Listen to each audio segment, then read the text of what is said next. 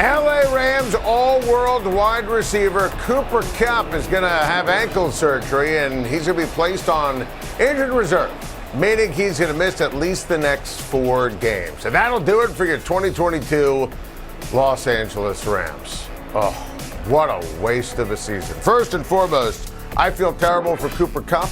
I mean, he has literally been, you can see it right there, everything for the LA Rams.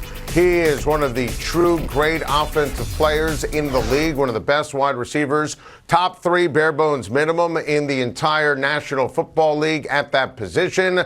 Obviously was majestic a year ago. Really doing the same thing this year, just doesn't get the credit or the pub or the respect because the Rams are dreadful and they don't have anybody else to support them.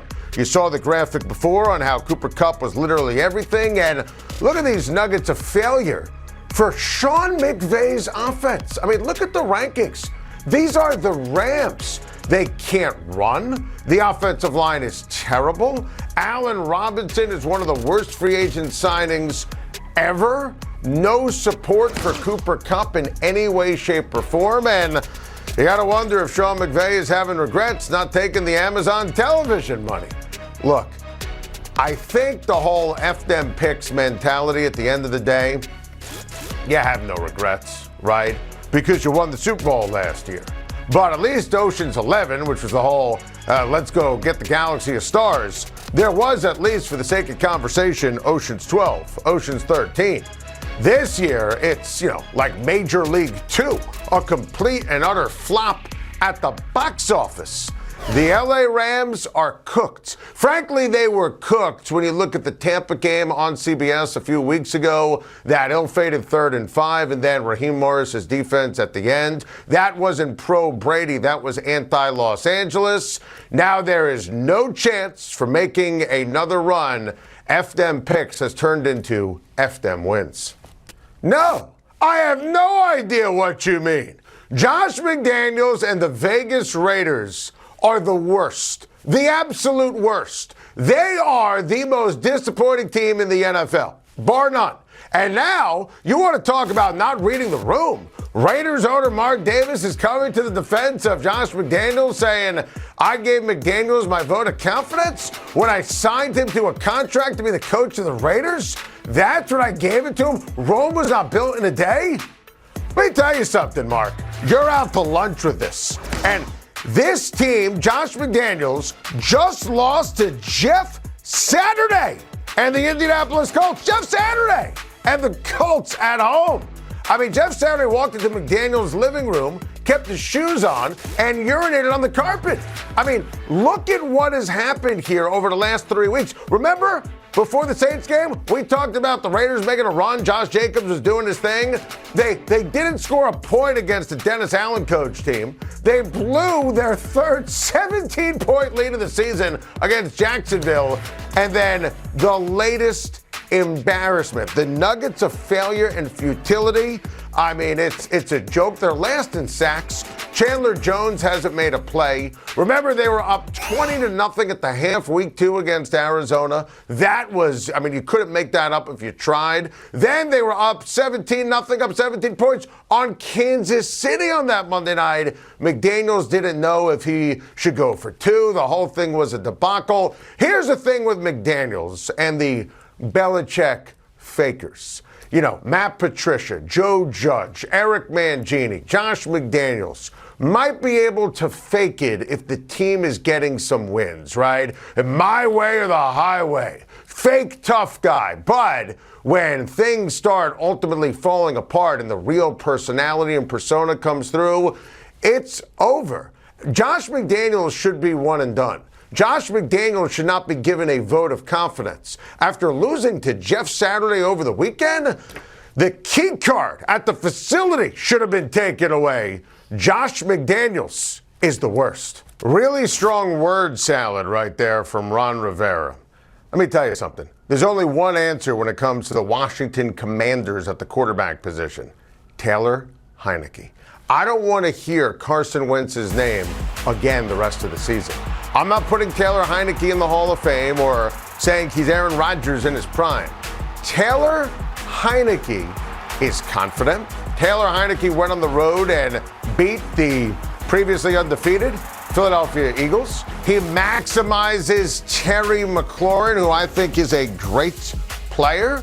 The numbers are really good. The feel is off the charts. These guys, you could tell, whether it's Robinson, whether it's the offensive line, whether it's McLaurin and the receivers, Samuel, they will run through a wall for Taylor Heineke. You look at Carson Wentz, and you never get the feel that, he's a big-time leader or, he's one of those get-on-my-back boys kind of quarterback. And honestly, Washington, and it's crazy, they're in the hunt. They have the gift of the Houston Texans coming up this weekend, and Taylor Heineke gives them a chance, gives them an opportunity to win. So they're going to somehow be above 500, which is crazy.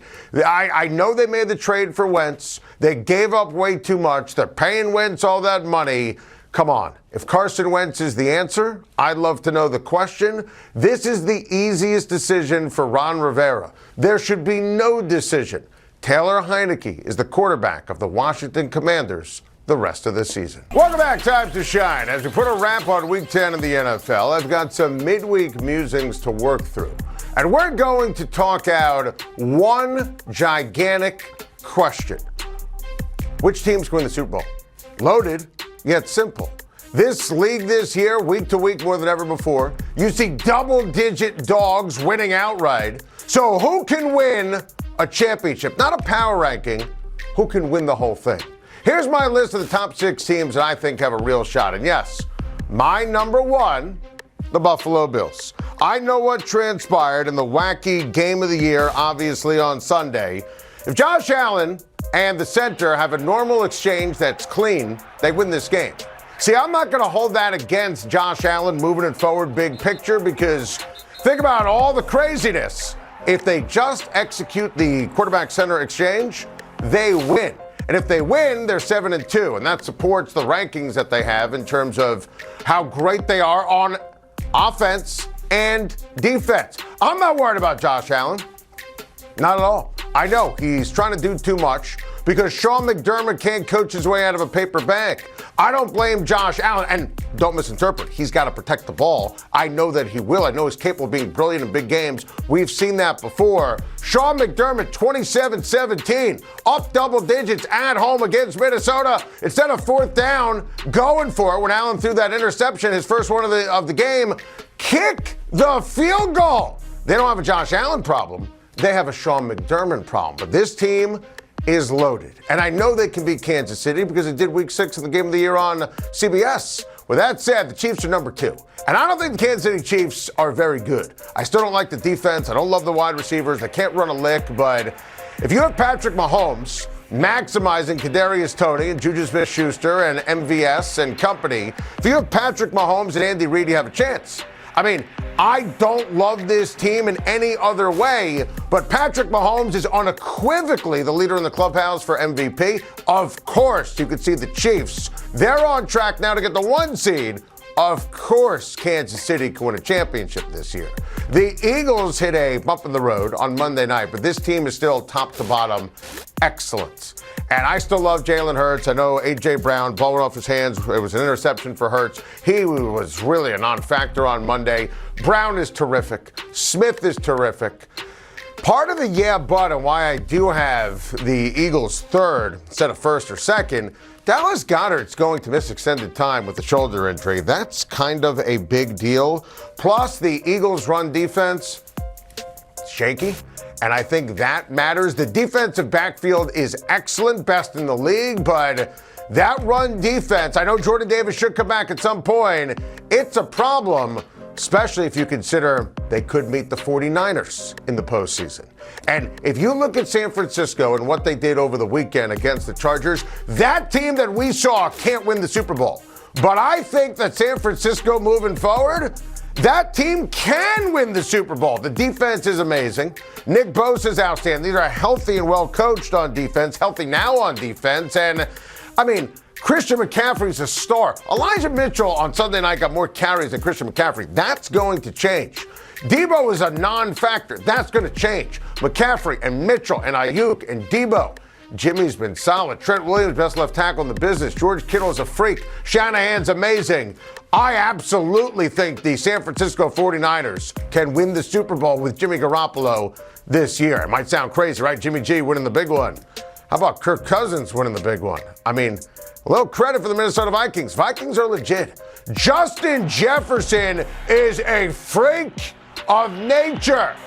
Best catch ever. Degree of difficulty, one hand, fourth in the game at that stage.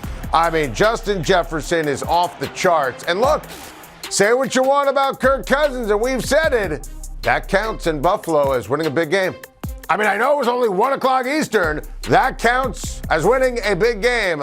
Kevin O'Connell, as we predict him, gem for this team as a head coach. The playbook, the positivity, the passion. They can run it with Dalvin Cook. The defense makes plays, creates turnovers. You saw Patrick Peterson, what he did to Buffalo. Hey, when it's all said and done, the Minnesota Vikings are going to get either the 1 or the 2 seed. Of course, they could take care of business in the postseason. And the Miami Dolphins have to be in the Super Bowl conversation. Sorry, haters. My guy, Tua Tagovailoa, can play. And I told you he was going to be a dark horse for MVP. Listen, Tua is talking Super Bowl. I think it's healthy. Tua was majestic over the weekend in a game where Tyreek Hill and Jalen Waddle were actually ordinary. Hill is having a top 2 offensive player of the year kind of season. Waddle is the perfect wingman, and he's had an outstanding season. Mike McDaniel is an absolute gem as a head coach and a play caller, giving the entire team confidence. I just need the defense to get better. I think they can. I think they will. That's why they traded for Bradley Chubb.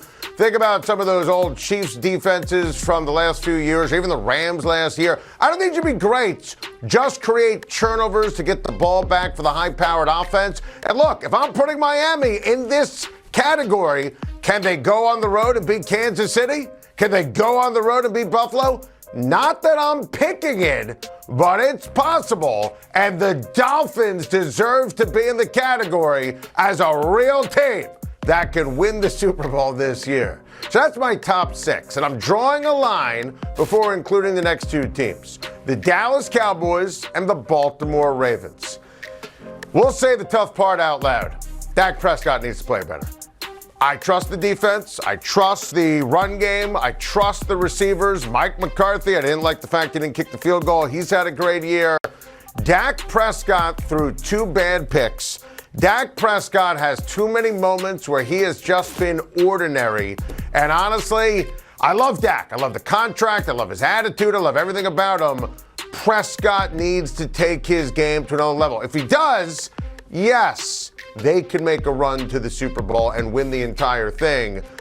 I don't love the Ravens. I love their coach. I'm obsessed with their quarterback. I love their culture.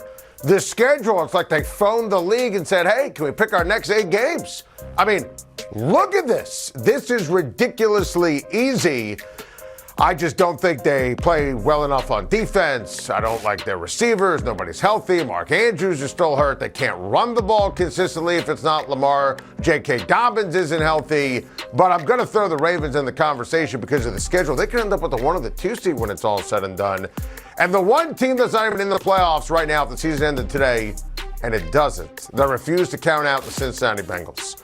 Because Cincinnati, I know they have the star quarterback. If Jamar Chase comes back and they continue to run the ball with Joe Mixon, I think Cincinnati.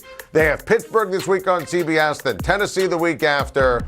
I think Cincinnati can absolutely get back in this conversation in terms of teams that can go to the Super Bowl and win it. I didn't put the Bucs on. I know that they won over the weekend. I still don't trust the line or Tom Brady or Todd Bowles. Giants are an unbelievable story. They don't have the dudes. Same with the Jets. Same with the New England Patriots. Same at the end of the day with the Seattle Seahawks. Thank you for watching. Please like and subscribe. And don't forget to hit the bell for more videos.